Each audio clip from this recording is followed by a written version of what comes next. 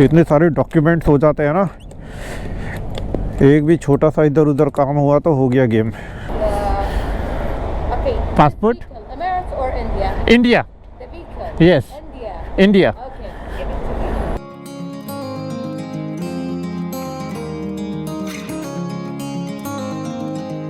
और अभी मैं जिस कैफ़े में अपना खाना वाना खा रहा था, मैं अपने पे कर रहा था, भाई साहब ने मुझे पे नहीं करने दिया, ज़बरदस्ती ये कह रहे हैं कि I will pay for you. No, I visited you. I visited my country. Yes. Yeah. I am very happy. Camp इसलिए सेटअप कर दिया, और रात का समय, और मुझे ना रात के समय ना इस समय ना बाइक नहीं चलानी। पिछले 6 दिन से वेट कर रहा था आज के दिन का। ऐसा क्यों? क्योंकि पिछले 5 दिन से मैं अपनी बाइक का वेट कर रहा था कि मेरी बाइक कब यूएई में आएगी, कब दुबई में आएगी ईरान से, और उसके बाद मैं अपना जो आगे का सफ़र है वो कंटिन्यू कर सकूँगा। मैंने सारी स्टोरी आपको पिछले व्लॉग में दिखाई है कि मैंने कैसे अपनी बाइक ईरान से दुबई यहाँ पर मंगाई है, कितने पैसे लगे, सारी डिटेल्स सब कुछ मैंने लास्ट व्लॉग में शेयर किया है, देखना हो तो देख लेना। बाकी अभी आप देख रहे हो बाइक की कंडीशन, ऐसा लग रहा है कि अभी जस्ट मतलब ये राइड नई स्टार्ट हो रही है हमारी, और आज हमारा पहला ही दिन है, और अच्छी तरह से बाइक की यहाँ पर सर्विस करवा लिया है। ये बेसिकली मेरी सेकंड सर्विस है। लगभग अभी बाइक 18,000 किलोमीटर चल चुकी है। चेन सेट रिप्लेस करवा दिया है इसके अंदर, और इंजन ऑयल चेंज करवा दिया है। बाइक इतनी स्मूथ अभी चल रही है ना कि मैं बता नहीं सकता। मुझे ऐसा लग रहा है कि मैं एकदम अभी नई बाइक शोरूम से लेके निकला हूँ।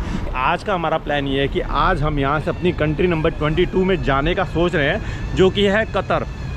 कतर का यहाँ से डिस्टेंस लगभग 680 या 690 किलोमीटर है, और मुझे नहीं पता कि हम आज पहुँच पाएंगे नहीं पहुँच पाएंगे, क्योंकि इतनी तेज़ धूप है, इतनी तेज़ धूप है। ये दिसंबर का महीना है और ऐसा वेदर है।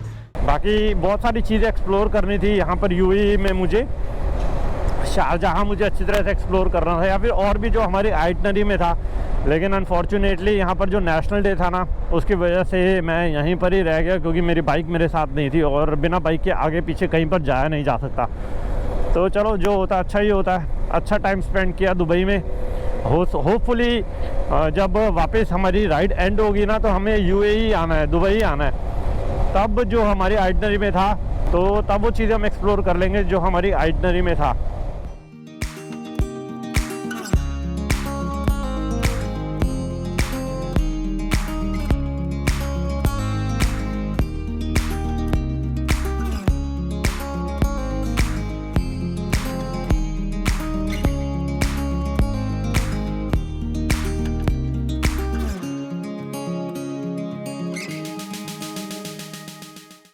मेरा गला बहुत ज़्यादा ख़राब हो गया।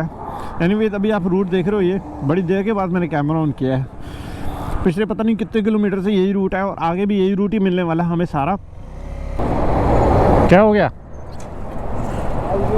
दर्द हो रहा है? उतर जाओ थोड़ी देर।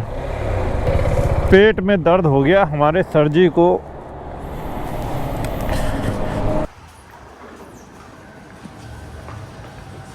क्या प्लान था, और सडनली सारे प्लान्स चेंज हो चुके हैं। हमारा इनिशियल प्लान ये था कि हम लोग यहाँ से कतर जाने वाले थे, जो मैंने आपको स्टार्टिंग में बताया था। लेकिन फिर हमें लगा कि इट्स बेटर कि पहले सऊदी को एक्सप्लोर कर लेते हैं, और उसके बाद वापस के समय हम लोग कतर आएंगे।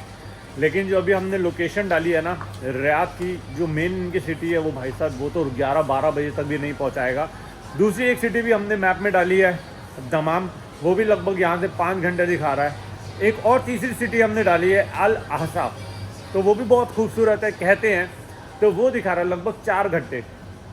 हम यहाँ पर अभी एक फ्यूल स्टेशन पे रुके थे। रुकने का बिल्कुल मन नहीं था, लेकिन सर की थोड़ी सी तबीयत ढीली सी हो रही है, उनको नींद आ रही थी बहुत बाइक चलाते चलाते। तो हमने ये डिसाइड किया इट्स बेटर कि थोड़ी देर उनको पावर नैप ले लेते हैं, कुछ खाने पीने को खा लेते हैं यहाँ पर, और उसके बाद जो अपनी है जर्नी दोबारा कंटिन्यू करेंगे। Bro, first of all, tell me where are you from?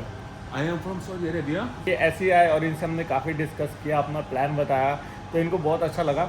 और अभी मैं जिस कैफ़े में अपना खाना वाना खा रहा था, मैं अपने पे कर रहा था, भाई साहब ने मुझे पे नहीं करने दिया, ज़बरदस्ती ये कह रहे हैं कि I will pay for you. No, I visited you. I visited my country. Yes. Yeah. I am very happy.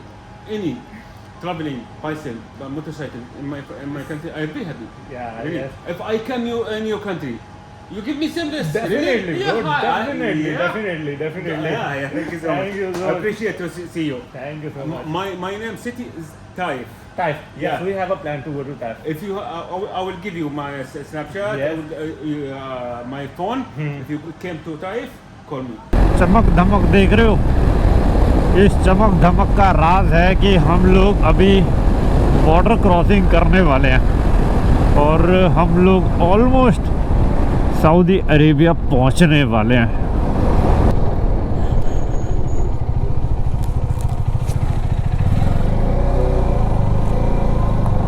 तो सऊदी का हमारे पास मल्टीपल एंट्री टूरिस्ट वीज़ा है, तो हम सऊदी में जितनी मर्जी बार एंट्री एग्ज़िट कर सकते हैं। जैसे हमारे पास टर्की का मल्टीपल एंट्री टूरिस्ट वीज़ा है ना, वैसे ही सऊदी का भी है हमारे पास। टर्की का भी हमारे पास 1 साल का है और सऊदी का भी हमारे पास पूरे 1 साल का है।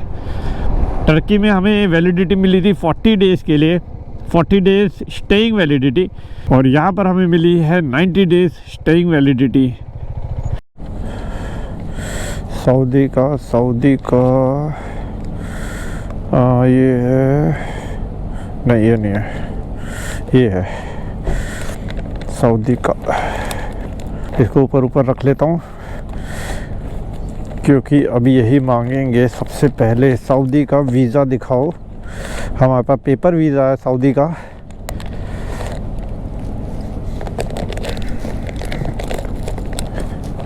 इतने सारे डॉक्यूमेंट्स हो जाते हैं ना, एक भी छोटा सा इधर उधर काम हुआ तो हो गया गेम।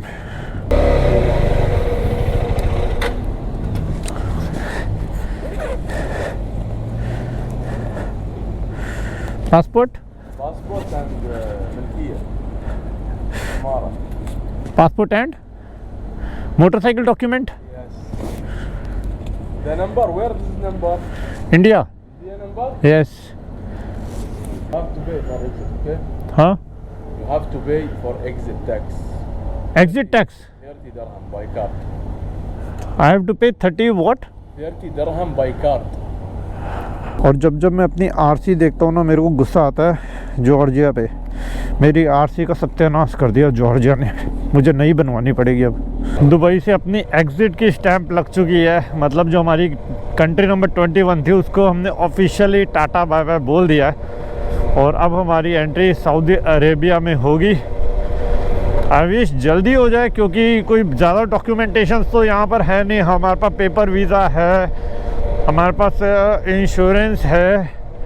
हमें शायद मोटरसाइकिल का इंश्योरेंस लेना पड़ेगा यहाँ पर, शायद, आई एम नॉट श्योर। शायद मैंने सुना है 3-4 हज़ार रुपये लगते हैं इंश्योरेंस के, कोई आइडिया नहीं है मुझे। सऊदी की एंट्री कहाँ पर है?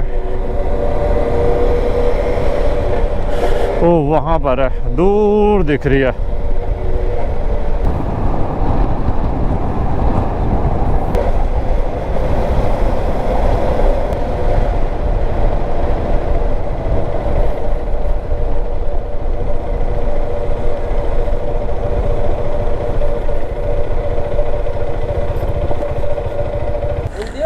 Yes.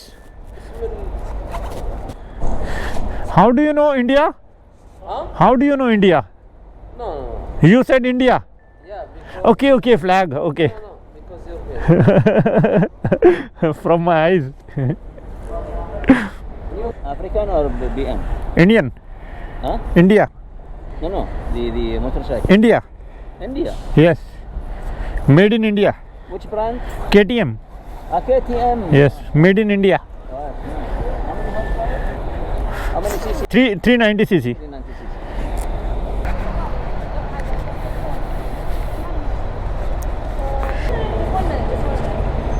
The vehicle is from what? From what the vehicle? Sorry. The vehicle. Okay, from what? India. India. Okay, so I need the passport. Okay, this is the first time to enter here by this vehicle. Yes. So I need the passport and the vehicle license and the white paper. And the White paper, the discharge from Emirates. Okay. Passport? Vehicle, Emirates or India? India. The vehicle. Yes. India. India. Okay, give it to me. Okay, this is the vehicle.